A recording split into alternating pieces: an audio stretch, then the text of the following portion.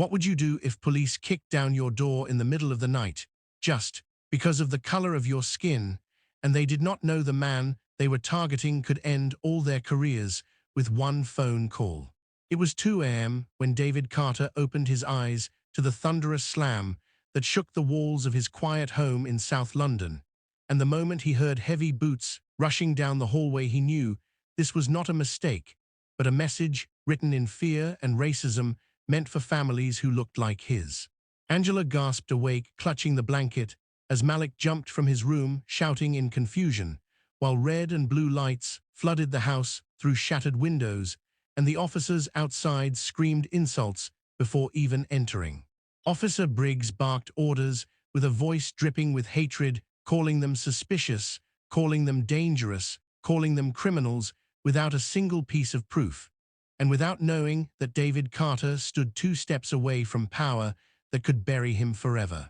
David remained calm, like a man trained for chaos, because he had been through war rooms, intelligence briefings, and operations the world would never hear about yet. Tonight, he stood as a father protecting his family from a threat, wearing a badge.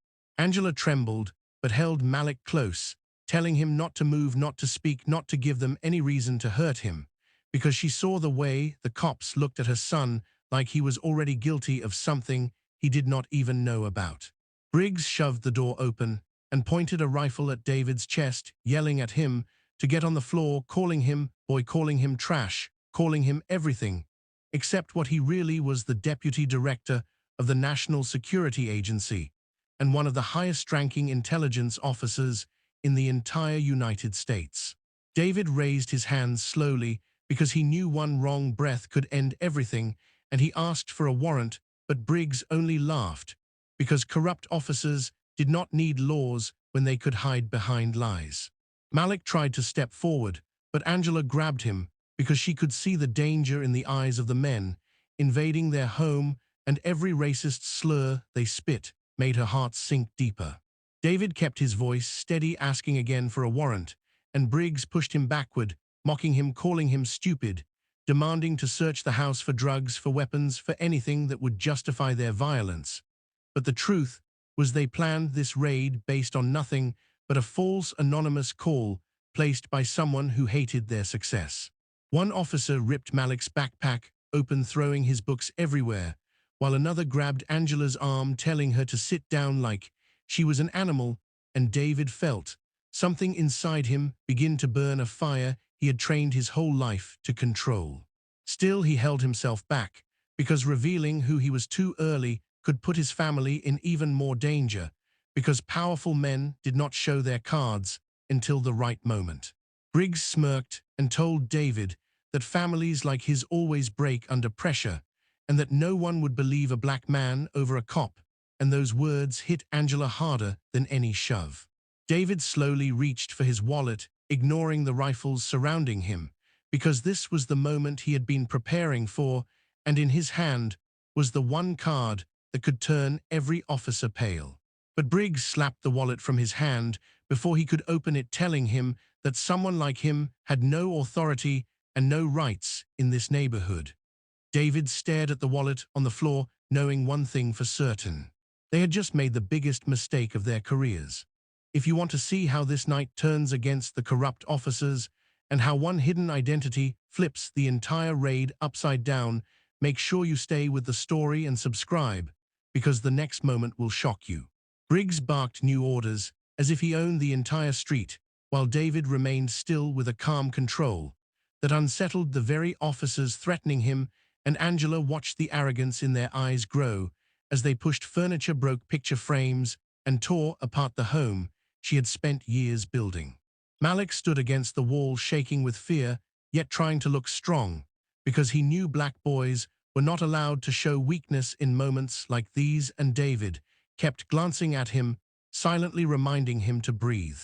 Briggs kicked the wallet farther away like it was trash, and told David that men like him always fold under pressure, and that this raid would teach him his place, and those words made Angela's heart break, because she knew exactly what he meant.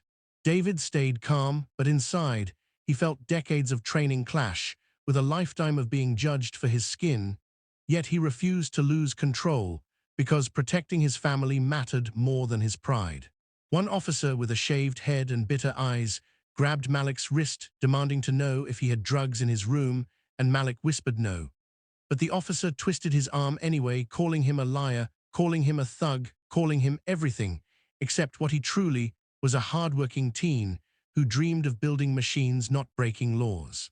Angela tried to step between them, but another cop blocked her, telling her to stay out of it, telling her that good mothers kept quiet. And she felt her anger rise, but she swallowed it, because any wrong move could cost her son his life. Briggs checked the kitchen drawers, as if expecting weapons, and then yelled at David again, asking him where he hid the evidence, and David said calmly that there was no evidence, because they were raiding the wrong home, but Briggs smirked and said black families always say that. The words hit the house like poison. David slowly moved toward his fallen wallet, and this time the officers raised their rifles higher, but he kept his voice steady, saying he only wanted to show them something, and Briggs laughed, saying he did not care what a black man had in his pocket. David bent down, picked up the wallet, and held it up still closed, making eye contact with every officer, because he knew the moment they saw what was inside, their entire world would shift. Malik whispered softly, asking his father what he was doing, but David just said, "Trust me," and Angela clutched her hands together, praying the officers would not fire. Briggs walked up with a grin and said, "Open it slowly, boy," and David did, opening the wallet to reveal a badge most people only saw in movies, and the letters across the metal gleamed like lightning. NSA Deputy Director. For a moment, the house fell into a silence so deep it felt like the air froze, because the officers knew they were staring at a man whose authority outranked every single badge in the room, including their sheriff. Briggs blinked twice, then 3 times, then reached for the badge like he could not believe what he was seeing, but David pulled it back and said calmly that the raid was illegal and that every action they took tonight was documented. Every officer stepped back, except Briggs, who stuttered, asking why a man with power like that lived in a neighborhood like this, and David's answer pierced the room. "Because my skin does not change my worth." Briggs stepped back in disbelief, and several officers lowered their rifles as fear began to replace arrogance. And for the first time since the raid started, Angela felt the room shift. David told them the next person they would speak to would be their sheriff, and then the Department of Justice, because he would not let this night be buried under lies. Briggs tried to argue, but his voice cracked, and David looked directly at him, saying, "You should start praying." The officers stared at each other, realizing their careers might already be over. If you want to know how the sheriff reacts when he arrives, and how David flips the entire system against these corrupt cops, make sure you stay with the story and subscribe, because the next chapter will expose everything they tried to hide. Outside the house, the air shifted as flashing lights filled the street, and Sheriff Nolan's cruiser pulled up with a screech, while neighbors peeked through blinds, wondering why so many officers surrounded the Carter home at 3 in the morning. Briggs rushed outside, trying to regain control, telling his team to stick to the story and lie if needed, but their hands shook, because they finally realized they had broken into the home of a man who could destroy their entire careers with a single phone call. David stood tall in the middle of the wrecked living room, his badge still in his hand, glinting under the harsh raid lights, and Angela stood beside him, holding Malik close as the boy tried to hide his shaking.